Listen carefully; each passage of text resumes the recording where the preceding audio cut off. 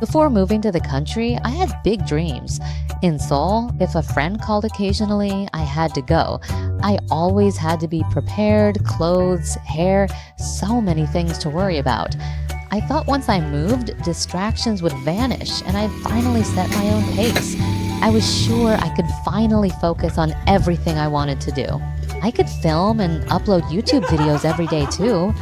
I haven't so far because it feels awkward in front of my family at home, and I'm too shy to film outside. I'd be able to draw a lot more too. My parents' house was just too chaotic for me to unleash my hidden creativity.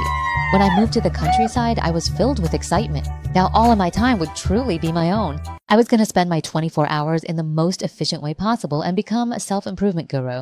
On my first morning in the country house, I woke up to the warm sunlight streaming in through the window. Waking up to sunlight instead of a dark room put me in the best mood. It's 11:40 in the morning. I don't wake up easily even when it's bright out, so I can't help what time I get up. Still, for some reason, I felt I had plenty of time. Scripting and making a YouTube video takes maybe 3 hours. Thinking I'd do it later, I turned on Netflix and started eating. That's how I ended up binging a whole season.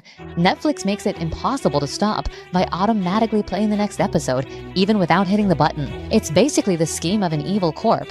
After finishing a short drama, 6 hours were gone. As the sun starts to set, I get more and more anxious. Even at Yumgang-san, you eat before the view, so I'll eat first.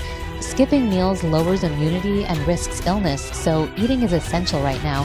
It gets dark fast here, and the countryside is scary after sunset. Thinking that I'm the only one in these mountains makes my knees go weak. All I can do is turn on YouTube to comfort myself. Nothing beats idle videos when it comes to pulling myself together. After wasting more time, I suddenly tap into superhuman focus driven by guilt. After finishing some work late at night, I collapse into sleep. Since I worked hard right until the end, I trick myself into feeling productive. But in reality, I actually worked less than 2 hours, just a fraction of my day.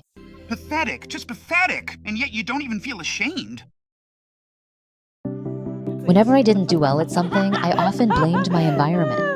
But after moving to the countryside, I couldn't shift the blame to anyone but myself.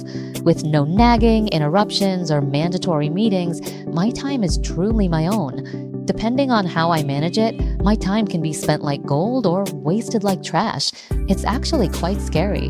But I believe this is an essential experience for me in my 30s.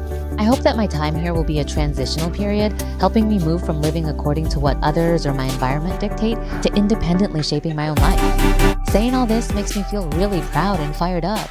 Now I really feel like I can do well. To everyone watching this video, wherever you are and whatever you're doing, I hope you spend your day meaningfully. I'll wrap up the video here. One thing off my list, I'll watch one Netflix episode then sleep. Today's weather, no clue, I was home all day.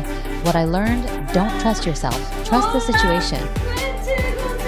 Please subscribe, like, and turn on notifications.